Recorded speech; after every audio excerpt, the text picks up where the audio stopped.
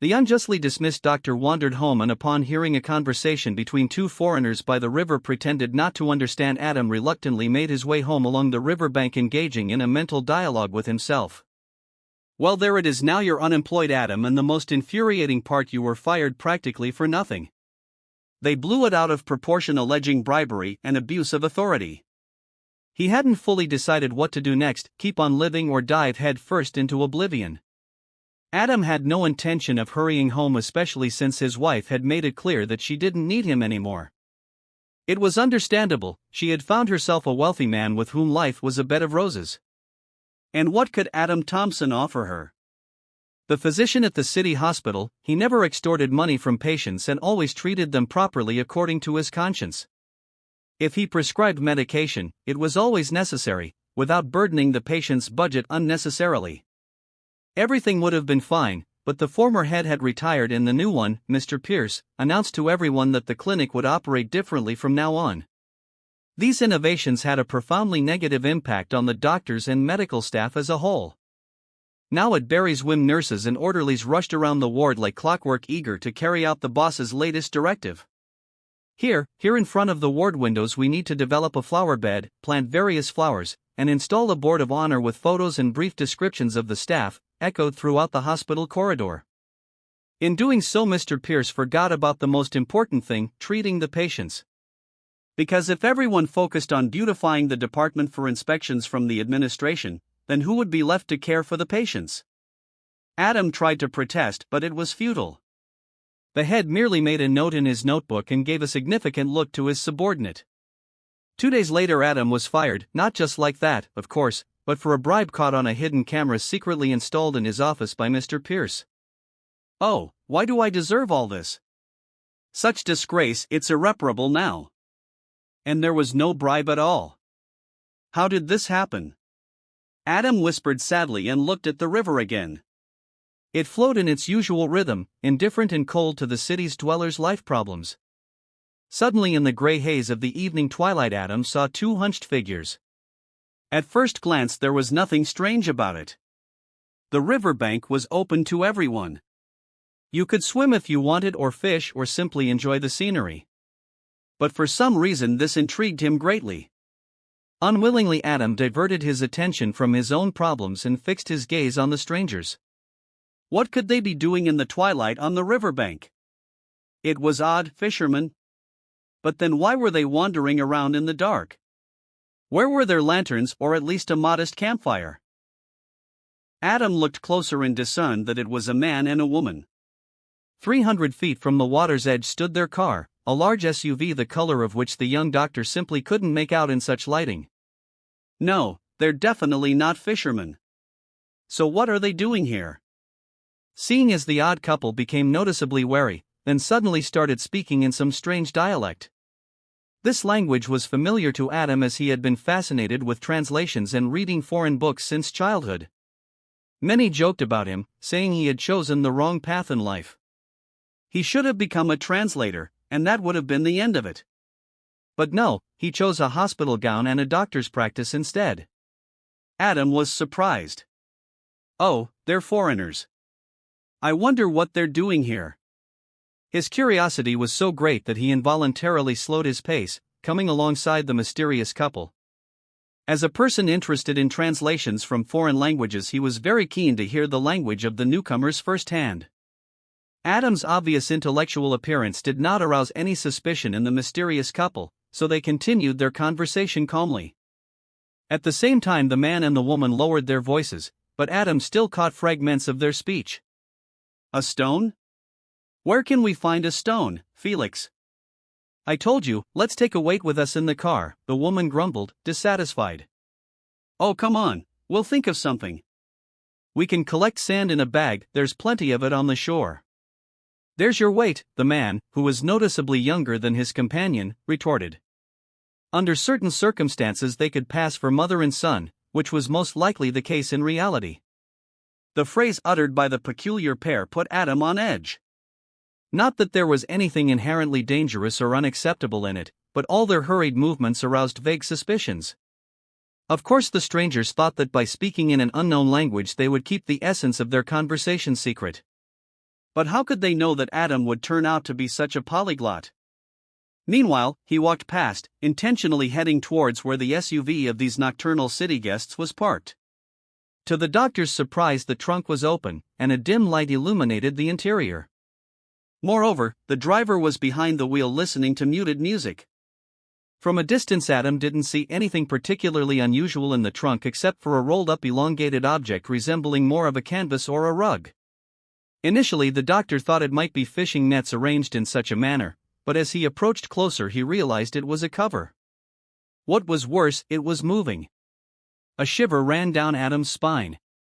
Glancing back, he saw the couple busy preparing on the shore and completely oblivious to him. The doctor approached cautiously and carefully lifted the cover. What he saw made him feel uneasy, because underneath lay a girl, almost unconscious. She was muttering something incoherent and seemed to be in a state of shock. Adam reacted almost instinctively. He gently picked up the fragile stranger and hurried towards the nearest bushes. He knew time was short. As soon as these foreigners noticed the girl's absence, they would immediately start searching for her. Shoo, hang in there. Quiet, just quiet, the doctor whispered as he moved towards the bushes. But as soon as Adam reached the edge of the thicket, an angry shout came from behind him. Moreover, it was in the doctor's own native language. Hey! Stop! I said stop! Who are you? But he only quickened his pace, fully aware that something very, very bad had happened on the shore. Luckily, the girl's limp body allowed Adam to carry her, especially since fear gave him strength, and he didn't know whether this couple was armed or not. Now he understood exactly what stones the foreigners were talking about on the shore. Most likely these criminals were planning something terrible. Here's the continuation of the text. Pushing through the bushes, Adam kept looking back, trying to stay behind tree trunks where he wouldn't be so visible. Behind him, he heard the crackle born from the crunch of twigs under the pursuer's feet. Adam knew he needed to reach the highway where he could hitch a ride, but there were still 1,000 feet to go through the open space. The voices of pursuers were getting closer, his heart pounded wildly, his mouth dry, sweat streaming down his face. In that moment, the doctor completely forgot about all his own problems and thought only of saving this unfortunate soul. He felt it, another minute, and the pursuers would catch up to him, and he would have to either confront them or surrender to the mercy of the victors.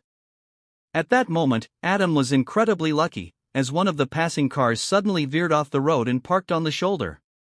Loud music blared from the car, and moments later, a group of young people emerged, clearly scouting for a parking spot.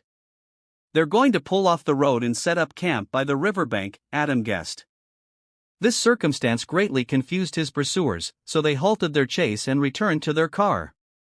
At that moment, Adam regretted for the first time not noting down their license plates. However, if he had done so, he probably wouldn't have been able to save the unfortunate woman in time.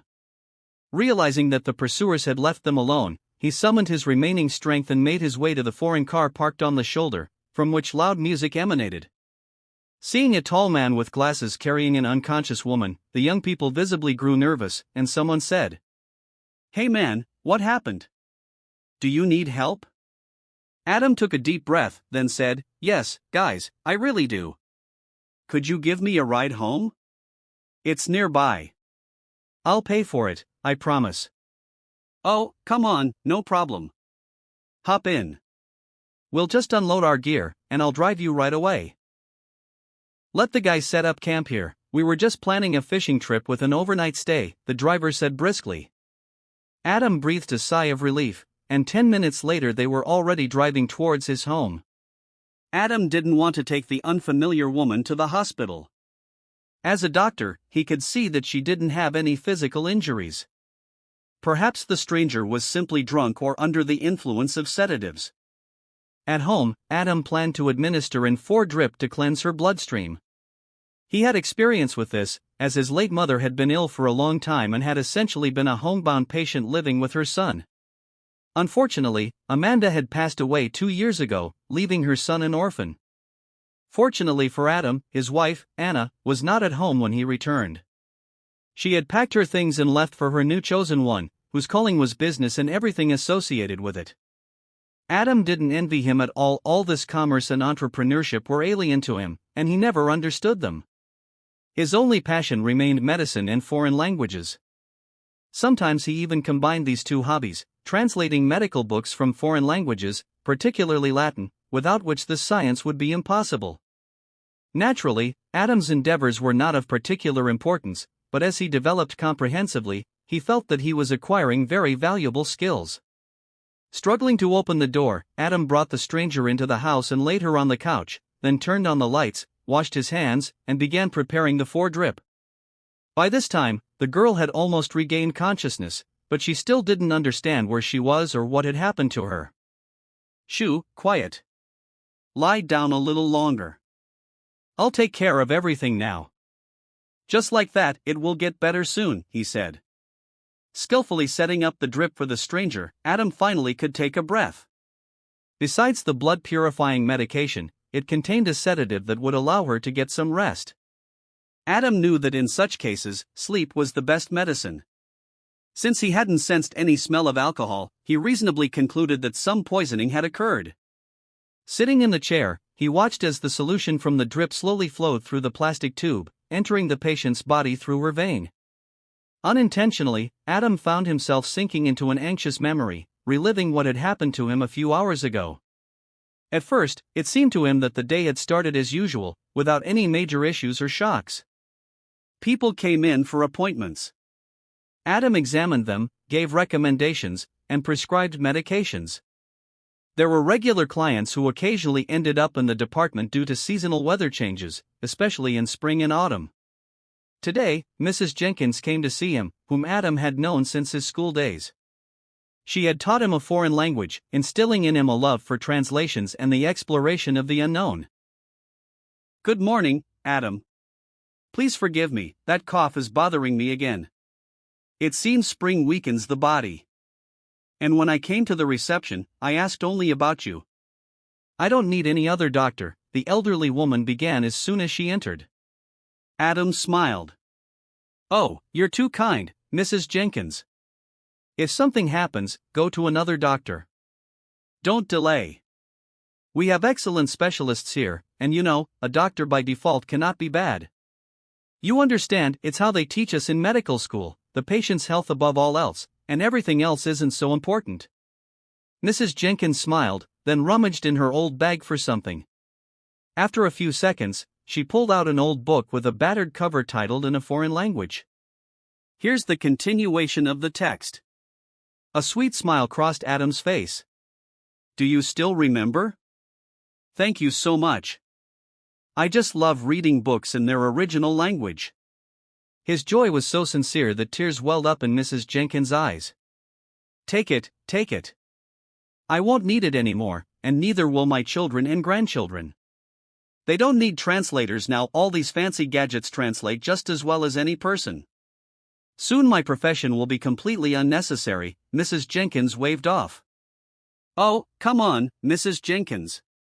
How can it be unnecessary? It's still very much needed. No machine can replace a human, I'm telling you. And especially you're a teacher sent from heaven. Whenever I remember your lessons, my heart warms," Adam confessed with feeling. They talked a little more, after which he took his stethoscope and began the examination. Naturally, he knew that Mrs. Jenkins' illness wasn't dangerous, but it still required attention and timely treatment, because what you might miss today could turn into serious complications tomorrow. Since then, Mrs. Jenkins had become something like a mother figure to him. No, of course they didn't live together, but when they met, they always talked about the past and the times when Adam was just beginning to unravel the mysteries of translating from foreign languages. Mrs. Jenkins herself considered him one of her best students. "You know, Adam, I've taught many, but such talent as yours I've encountered for the first time. You could translate anything on the spot, and I deliberately gave you texts that were more challenging to test your abilities. But you, without even noticing it, translated and pleased me even more," the elderly woman confessed, wiping away a tear. Adam was just writing a prescription when he absent-mindedly nodded in a gesture of special gratitude. As always, the medications he prescribed were inexpensive and didn't shock patients with their prices on pharmacy shelves. The thing was, Adam was well versed in pharmacology and knew budget-friendly alternatives to expensive drugs. "Oh, thank you, Adam. You saved me. I felt so bad earlier that I almost thought I'd have to call an ambulance. But then I changed my mind. I took a pill and made it through the night, and today I came to see you and also brought this book along to spoil you," Mrs. Jenkins said as a farewell. Since Adam didn't have time to study the book, he put it in his desk drawer, planning to retrieve it at the end of his shift. There were many patients today. From time to time, he had to leave the office to check test results while also doing a lot of other work that wasn't intended for him personally. There was an explanation for this. The nurse who worked in Adam's office happened to fall ill and took sick leave, and the department head didn't bother to find a replacement. Adam understood. Vindictive Mr. Pierce did it intentionally to show his place. "Look, Doc, you're just a pawn in my hands. If I want, I'll send you somewhere remote where you'll feel lonely in a year. But if you cooperate and go along with me, I'll help you climb the career ladder." But such a method of work was unacceptable for Adam. Only by lunchtime did he finally manage to deal with the flow of patients. Glancing into the corridor once again, Adam saw that it was empty. "Well, looks like that's it for today. I can start working on patients' medical records," he thought. But as soon as he sat down at his desk, Mr. Pierce entered his office without knocking, accompanied by two men in police uniforms. Adam felt uneasy from surprise. "Something wrong, Mr. Pierce?" the therapist asked. The department head smirked. "Of course, something's wrong, Mr. Thompson. Now please show me what's in your desk." "Yes, that very book you're hiding on the shelf." "Let's bring it out here." Still not understanding what was happening, Adam took out Mrs. Jenkins' gift and handed it to Mr. Pierce. But instead of taking it, the department head sneered and said, No, you open it yourself, but let everyone see what's inside." Only now did Adam realize that something bad was happening. With trembling hands, he opened the book and saw several banknotes of significant value between the pages. "So, a bribe is emerging, Doctor," one of the policemen said, starting to write a protocol. "But this isn't mine. And how dare you behave like this? This book was given to me as a gift. How could I know what's inside?" Adam protested. But Mr. Pierce just shook his head. "No need to protest, Adam. Accept it. We all know about you for a long time. I recently installed a hidden camera in your office, so I saw perfectly well how that old lady handed you the book. You're quite a crafty one, cleverly hiding money there. But we're not fools either. We put two and two together and understood what your maneuvers are for." "What are you talking about? What maneuvers?" Adam protested again. Mr. Pierce, clearly feeling superior and reveling in his power, behaved as if Adam was already convicted and awaiting transfer to prison for abuse of office. Here's the continuation of the text. Of course, Adam understood that this was all a skillfully staged comedy. A setup, and he was the main character in it, the therapist of the city hospital, who got caught with a bribe placed in an old book in a foreign language. Of course, Adam could swear that Mrs. Jenkins couldn't have put the money there. Where would she even get such amounts? It was laughable. "It's you behind all this, isn't it, Barry? Just be honest, between us." Without the protocol, Adam burst out, allowing himself familiarity. But the department head waved his hands in protest. "No, Adam, don't shift your responsibility onto others. If you're guilty, be prepared to face the court. Yes, that's right, you won't get away with this so easily, Mr. Thompson. No, you're not a criminal in the direct sense of the word, but you should be ready for court. And also, during this time, I advise you not to leave the city and come to the interrogation at our first call," one of the policemen added with a nod. Adam sighed and realized it was all over. Before his eyes flashed his entire life: schooling, university, residency, and now this. Caught taking a bribe he never accepted. Mr. Pierce reacted instantly and, within an hour, announced Adam's dismissal retroactively. "I had to cover my bases, sorry. Why would I cast a shadow on my department? And as for putting a camera in your office, that was my personal initiative. I'm trying to keep an eye on everyone now, and the chief physician supports me in this.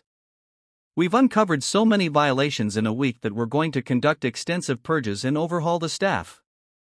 Adam shook his head. "Fine, change it all. It's your business. But don't count on me, I'll still find out the truth. And I never took any bribes, Barry."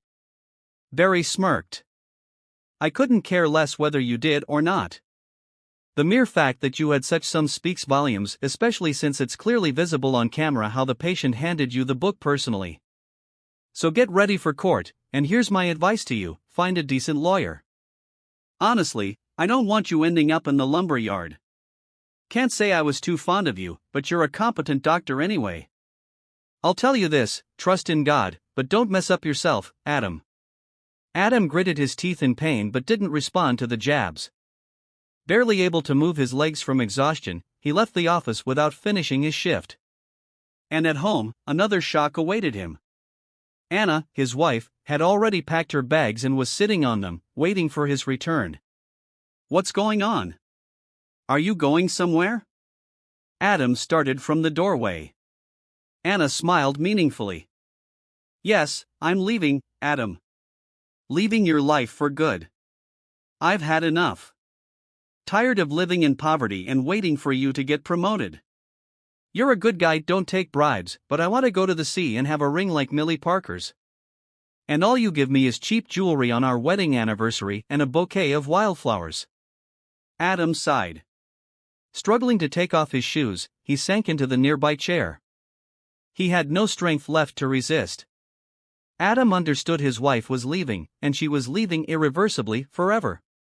This conversation had been brewing for a long time, as Anna had started expressing her dissatisfaction just 6 months after their wedding. "You're only interested in your books. You should have taken a part-time job at a private clinic you were offered. But no, you sit there typing your translations. What does it matter what I do? I'm entitled to my own personal time. Someone goes fishing or to a sports bar with friends for football. And what about me?" Adam tried to object. As it turned out, Anna had prepared thoroughly for her departure. Soon a luxurious dark green foreign car arrived for her. A distinguished man in a business suit stepped out of it. Of course, he didn't enter the house, as Adam was ready to push him down the stairs. But Anna managed on her own, grabbing a suitcase in each hand. She hurried to the car, amusingly bending her body under their weight.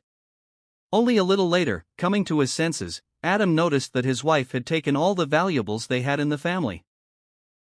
Not only her own jewelry but also Adam's wedding ring, as well as a small gold cross that had belonged to his mother.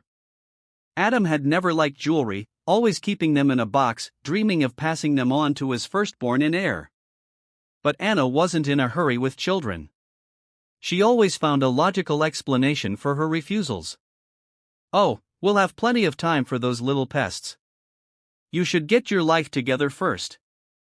Look, the house is old, needs repairs. And it wouldn't hurt to change the car. How long will I have to drive this wreck?" Adam just shook his head. It was easy for her to talk airily, but there he was walking to work every day and only bought a car for the sake of his wife, to make it easier for her to get to the office where she worked as a secretary referent. "Yeah, got a nice reward, can't deny that. And considering that a trial awaits ahead, I'm as lucky as a drowned man," Adam whispered sadly, sitting in his chair. At that moment, the stranger groaned softly, trying to turn onto her other side. But she didn't have the strength to ask for help, so she fell back asleep. Here's the continuation of the text. "Not to worry. Hopefully, the drip will help. Of course, it would be good to call an ambulance, but in that case, I'll have to explain where I found her and under what circumstances. Considering that I'm facing criminal charges for bribery, they might even accuse me of attempted murder. No, I'll try to heal her myself. It's not the first time, and it's been worse before. They bring a patient to the ward, and in less than 5 minutes, they're dead. But you set up a drip, prescribe the right medication, and you see the person comes back to life. A sparkle returns to their eyes," Adam reassured himself. Throughout the night, he sat in the chair and watched over the stranger. He only managed to doze off towards morning when his tortured mind finally succumbed to restless sleep. Adam woke up to a strange feeling he couldn't explain. Opening his eyes, he saw the girl he had saved standing opposite him, examining him with interest. "Good morning. Are you feeling better?" he cautiously asked. The stranger shrugged uncertainly, then said, "I guess I'm feeling somewhat better, but I don't know what happened to me." Adam nodded understandingly. "You're experiencing temporary amnesia. It happens, especially after taking certain toxic substances. I've encountered it before. Or it might be a case of accidental poisoning. In any case, don't worry. I'll set up a couple more drips for you towards evening and buy the necessary medications." The guest's face reflected genuine astonishment. "I'm sorry, but are you just taking it upon yourself to treat me like this? Who are you anyway? Do you even know what you're doing? What if you make things worse?" Adam smiled. "Oh, come on. I'm a local hospital general practitioner, and I won't harm you in any way. You can relax. Yesterday evening, I happened to be walking along the riverbank and saw some strangers. They were speaking in a foreign language and doing something incomprehensible. Then I noticed you in the SUV's cabin. Long story short, I picked you up and rushed to the road, managed to get a lift, kind people helped." The stranger blushed with embarrassment. "Oh, God, what happened to me? The river, the SUV, foreigners, who am I? Maybe I'm a foreigner too?" Adam looked sympathetically at the guest. "Don't worry so much. Your memory will return maybe in a day, maybe in 2, but it will definitely come back. Right now, your body is under the influence of some toxic substance. Honestly, I don't know its origin, but we'll get rid of it from your blood with the help of drips. Then you'll feel better. In the meantime, just rest. By the way, would you like me to prepare breakfast for you?" At first, the girl nodded, then added, "Yes, I wouldn't mind. But can I cook it myself? I don't know why, but I have a strong desire to do something in the kitchen. Maybe in my past life, I was a chef, worked in a restaurant." Adam smiled. "Well, I don't know if you were a chef or not, but it seems unlikely that you're associated with the kitchen. Most likely, you worked somewhere in an office. Your appearance fits that. Besides, in restaurants, it's usually men who work in the kitchen. Well, it's just the way it is, the head chef is the star of the restaurant." The girl smiled and still went to the kitchen. Opening the refrigerator, she couldn't help but notice the austerity of the homeowner's life. Since Adam's wife didn't know how to cook and didn't want to learn, he constantly lived on the brink of hunger, mostly relying on instant porridge or noodles that could be quickly prepared with boiling water. Anna spent the entire day in the office, where she had breakfast, lunch, and often dinner at the elite cafe located on the ground floor of her company's building. She didn't think about her husband Adam at all. If you're hungry, you can cook. And if you're not, it's your problem. Whose fault is it that you can't afford food delivery from a restaurant? A man who can't provide for himself and his wife is no good. Such men can be considered weak or dim-witted, Anna thought, valuing money above all else. "Well, you can't really indulge yourself in the kitchen," the guest remarked ironically. Then she discovered a few potatoes in one of the kitchen cabinets, which she promptly peeled, deciding to fry them in a skillet. She then found a couple of eggs in a corner of the fridge, which she added to the potatoes. The aroma of cooking food filled Adam's home. "Yes, it smells delicious," he said, giving a thumbs up in approval. The guest smiled. "Oh, does it? What's so special about it? If I had more ingredients, I would have definitely cooked something more interesting. But I fried what was available." Adam pondered for a moment, then asked, "Forgive me, but how should I address you? I understand you've lost your memory, but maybe we could temporarily come up with a name for you, just to make it easier." Stirring the dish in the skillet, the stranger furrowed her brow. "A name? Well, I don't know. For some reason, I like Chloe, although most likely my real name is different." Here's the continuation of the text. As Chloe plated the finished dish, Adam prepared a cup of instant coffee and took his place at the family table. A warm feeling overwhelmed the young doctor as tears welled up in his eyes. He and Anna had practically never sat at the same table, neither for breakfast, lunch, nor dinner. More than anything, Adam dreamed of eating like this as a family, gathered together with mom, dad, and definitely a child. All of Adam's childhood memories were devoid of recollections of his father, whom he never knew. Therefore, at the table, little Adam always sat only with his mom, and the place where his father should have been always remained empty, evoking sadness and longing in the boy. Once, during an art class at school, he drew a table with a whole family, including his father, mother, and himself. However, instead of a face, he drew a featureless circle for his father, without eyes, nose, or mouth, as he couldn't even imagine what he looked like. Was there even a father? And now, after many years, Adam felt an inexplicable surge of joy that finally he was having breakfast like a normal, regular person, not just hastily eating a dry sandwich on the way to work. It's very delicious, and you cook well. Maybe I'm mistaken, but we should try our luck in a restaurant. What if they're exactly looking for someone like you? Adam suggested. Chloe fell silent, seemingly lost in her thoughts. She was troubled by what had really happened. Of course, she could go to the police and tell them about the trouble she had encountered. On the other hand, what exactly was it? What could she tell about herself? And how did she end up on the riverbank with some foreign citizens? Chloe felt like she was involved in some very dark story, and therefore going to the police could only make things worse for her. Deciding not to rush into things, she accepted Adam's offer to stay with him for a while. To break the awkward silence, Adam turned on a small television set in the kitchen. Local news was being broadcast, with the presenter talking about road repairs, replacing heating pipelines, and cutting down old trees that posed a threat to houses and power lines. Everything was as usual until the presenter switched to the main news. While Adam didn't seem particularly impressed by his words, Chloe suddenly dropped her fork and tearfully watched the screen.